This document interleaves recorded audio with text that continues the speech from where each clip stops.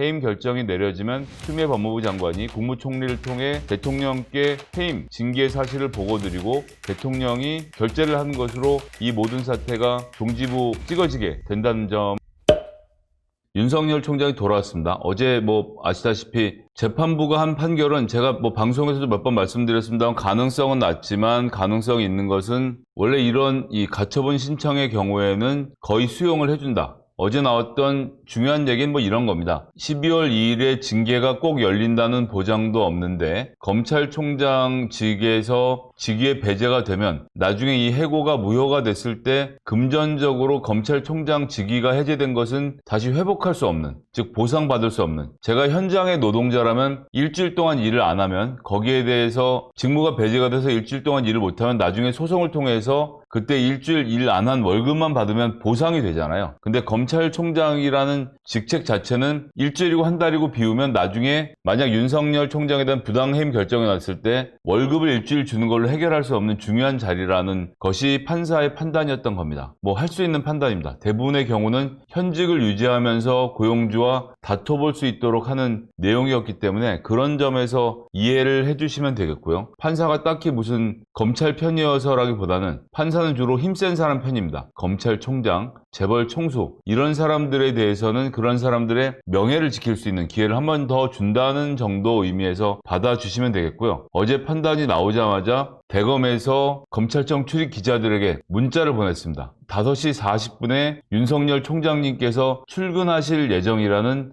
문자를 보냈고요. 평소에 지하로 들어가던 윤석열 총장은 정문으로 들어섰습니다. 1일 오후 서초구 대검찰청으로 출근을 하면서 취재진의 질문에 답하고 있다. 원래는 지하실로 들어가면 되는데 굳이 문자를 40분 전에 보내서 출근할 거라고 얘기하고 들어와서 질문을 받은 거죠. 헌법 정신과 법치주의를 지키기 위해 최선을 다할 것을 약속드립니다. 평소에는 출근하는 차량한 모습만 찍히는 게 전부였는데 이날은 달랐다. 그래서 4시 30분에 법원이 직무 배제 효력 정지 결정을 내리고 40분 후인 오후 5시 14분에 차에서 내려서 권한대행을 맡았던 조남관 대검 차장검사 악수를 나눈 뒤에 업무에 빨리 복귀할 수 있도록 신속한 결정을 내려주신 사법부에 감사하다. 취재진의 요청에 따라서 구성원이 아니라 모든 분들에게 대한민국 공직자로서 헌법 정신과 법치주의를 지키기에 최선을 다할 것으로 약속드린다. 그래서 이번 직무배제 징계 청구를 법치주의 위반으로 규정 지으면서 자신은 국민을 대상으로 말하겠다는 점을 분명히 한 것입니다. 그리고 출근하고 나서 검사들에게 보내는 메시지에서 국민의 검찰이 되도록 노력하자라면서 국민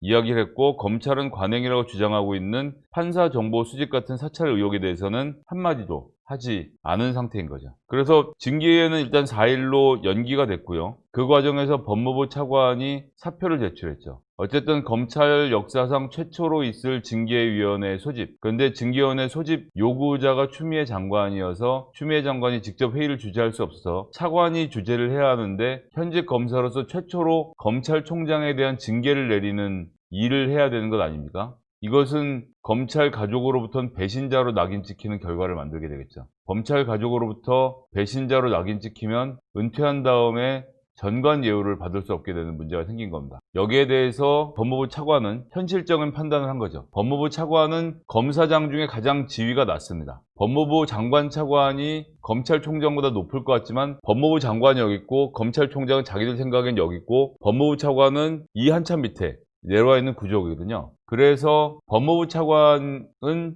이번에 옷을 벗고 나가서 자기는 배신자로서 마무리를 짓지 않겠다라는 선언을 한 거죠. 근데 제가 나중에 또 다시 보여드리겠지만 검찰청에는 검찰청 법이라는 게 있습니다. 검찰총장의 임명 자격. 검찰총장은 15년 이상의 다음 각호의 지위에 재직하였던 사람 중 임명한다. 판사, 검사 또는 변호사. 이번 사건은 이제 변호사가 있는 거니까 마찬가지 얘기고요. 판사, 검사, 변호사로 15년 이상 재직하면 자격이 주어집니다.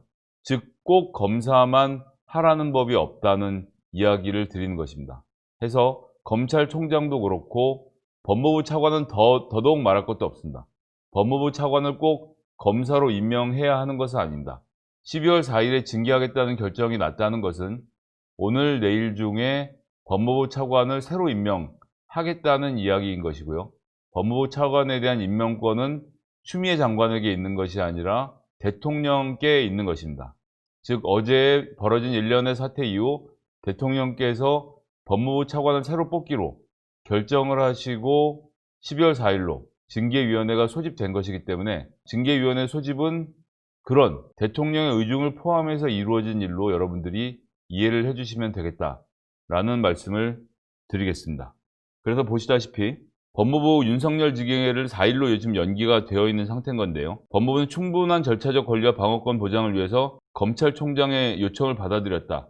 이렇게 말은 했지만 실제로는 말씀드린 대로 차관을 새로 임명해야 되는 상황이 있는 거죠. 고기영 법무부 차관이 사의를 밝힌 상태에서 후임 인사를 바로 실행을 하고 여기에 따라서 집행을 하게 될 것입니다. 이미 제가 생각하기에는 이제 이 모든 논쟁은 선을 넘어갔습니다. 12월 4일에 법무부 징계위원회가 열릴 것이고 새로 임명된 차관이 징계위원회 회의를 주재할 것이고요. 이 외에 2명의 추미애 법무부 장관이 임명한 검사, 보통은 이제 검찰국장이 이 자리에 나오게 되는데 심재철 검찰국장을 배제해야 된다라는 윤석열 측의 논리가 있어서 이 부분에 대해서 좀 더 살펴봐야 되겠지만 그렇게 2명 그리고 외부 인원 3분이 있는데 이 경우는 비공개로 진행이 된다. 비공개라서 저희는 명단을 알 수 없고요. 그리고 이 외부의 이 위원 3분이 안 오실 경우를 대비해서 검사 3명을 예비로 배치를 해놓게 됩니다. 그렇게 해서 6명, 추미애 장관을 제외한 6명의 징계위원들이 모여서 윤석열 총장에 대한 징계를 논의하게 될 것인데 12월 4일 전 예정된 수순인 해임 수준으로 가게 될 것으로 보겠습니다. 해임 결정이 내려지면 거기에 대해서 추미애 법무부 장관이 국무총리를 통해 대통령께 해임, 징계 사실을 보고드리고 대통령이 파면을 하는 것으로 결재를 하는 것으로 이 모든 사태가 종지부 찍어지게 된다는 점을 말씀드리겠습니다. 생각보다 검찰 내부의 저항과 반발이 강합니다. 여기에 이제 흔들리는 사람들도 있고요. 여러 가지 의견들이 있지만 결국은 지금 여기까지 온 이상은 끝까지 가지 않을 수 없는 상태가 됐기 때문에 저는 이런 상태로 그대로 진행돼서 징계가 논의되는 것으로 결정이 날 것이라는 말씀, 그런 예측을 드리도록 하겠습니다.